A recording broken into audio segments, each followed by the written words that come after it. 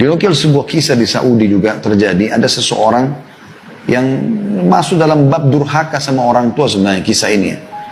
Ada seseorang anak selalu di waktu kecil dia kalau sekolah teman-temannya olok-olok dia, mengatakan, yang punya ibu buta, hai yang punya ibu buta, selalu bahasa begitu. Karena memang kedua ibunya ini matanya buta, bahkan matanya itu bukan buta seperti orang biasa, bola mata tetap ada dan terlihat, bukan. Memang nggak ada, bola matanya itu keluar, nggak ada. Dan kedua kelopak matanya itu kayak keriput gitu ya, kayak terjahit full tertutup. Jadi butanya bukan seperti umumnya. Jadi orang kadang-kadang kalau melihat seperti agak takut ya. Makanya anak tidak tahu cerita, dia mengatakan pada ibunya, ibu nggak usah antar saya ke sekolah gitu. Karena kalau ibu antar ke sekolah, sering teman-teman saya mengolok-olok saya gitu. Ya.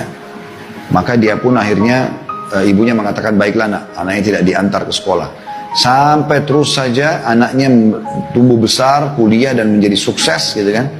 Tapi dia selalu saja terbawa dengan rasa malu untuk memperkenalkan ibunya. Karena ibunya itu mukanya seperti menakutkan menurut dia gitu. Ringkas cerita teman-teman sekalian, dia menikah, pada saat menikah pun dia tidak mengakui kalau dia punya ibu ya. Dia menyatakan kedua orang tuanya sudah meninggal, sampainya dia pindah ke negara di luar Saudi. Ibunya terus saja berusaha mencari tahu kabarnya segala macam, tapi kehilangan berita.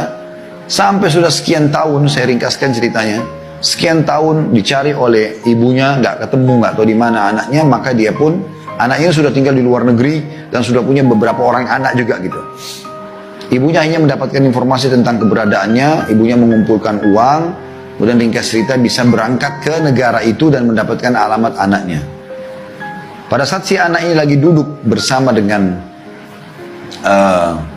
istrinya di sebuah apartemen yang bagus gitu, di salah satu negara di negara barat, kemudian anak-anaknya mendengar suara bel, dibukalah pintu, tiba-tiba mereka lari ketakutan dan mengatakan, ayah tolong ayah, di depan pintu ada orang gila menyeramkan.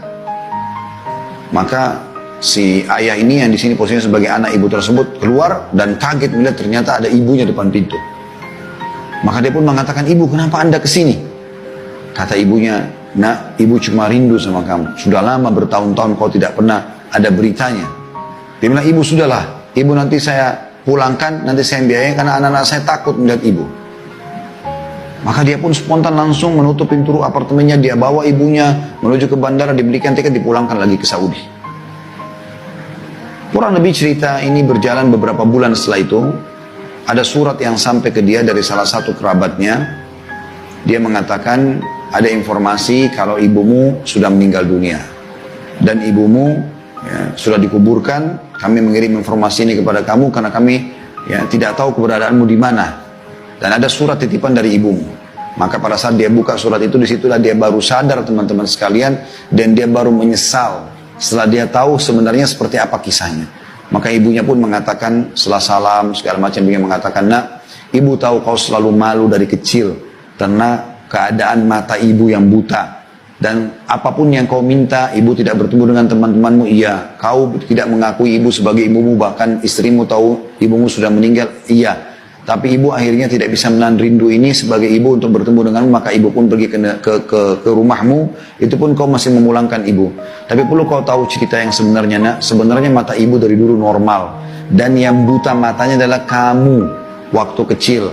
Dan karena ibu tidak tega kau tumbuh besar buta, maka ibu pun mengoperasi kedua mata ibu, diberikan kepada matamu.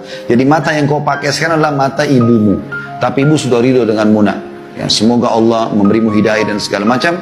Lalu kemudian surat itu ditutup dengan salam. Pada saat itu anak itu menangis, terisak-isak, merasa menyesal, tapi sudah tertutup pintu. Selama hidup dia bukannya berbakti sama ibunya, malah dia menjauhkan diri dan segala macam. Ini banyak terjadi teman-teman sekalian.